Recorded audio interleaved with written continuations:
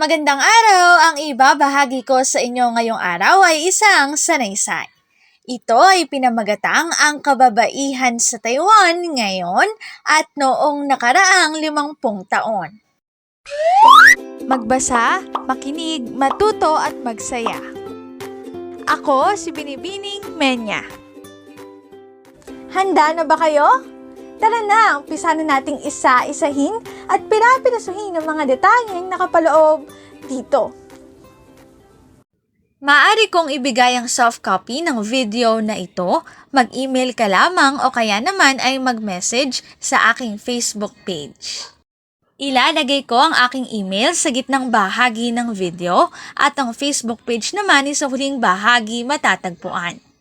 Maraming salamat sa panonood!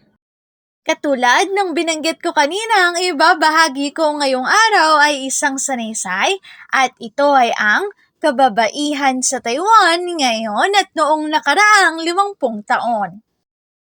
Ang Taiwan, isa sa mga bansa na kung saan ay mabilis na naimpluwensyahan ng patakarang.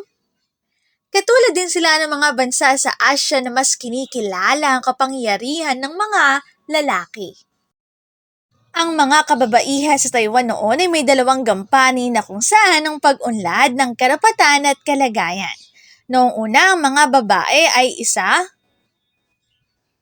sila sa kanilang mga pamilya.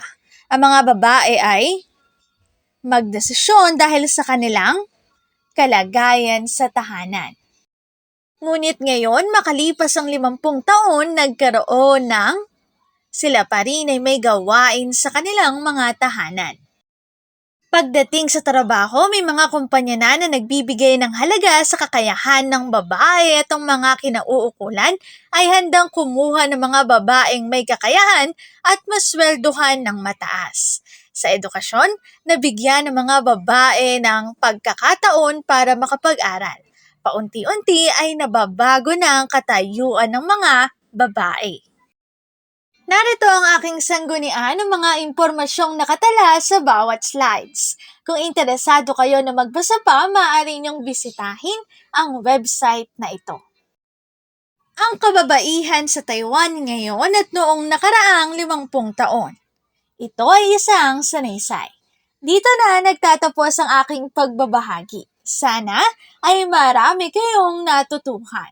Muli, magbasa, makinig, matuto at magsaya. Ako si Binibining Menya. Paalam!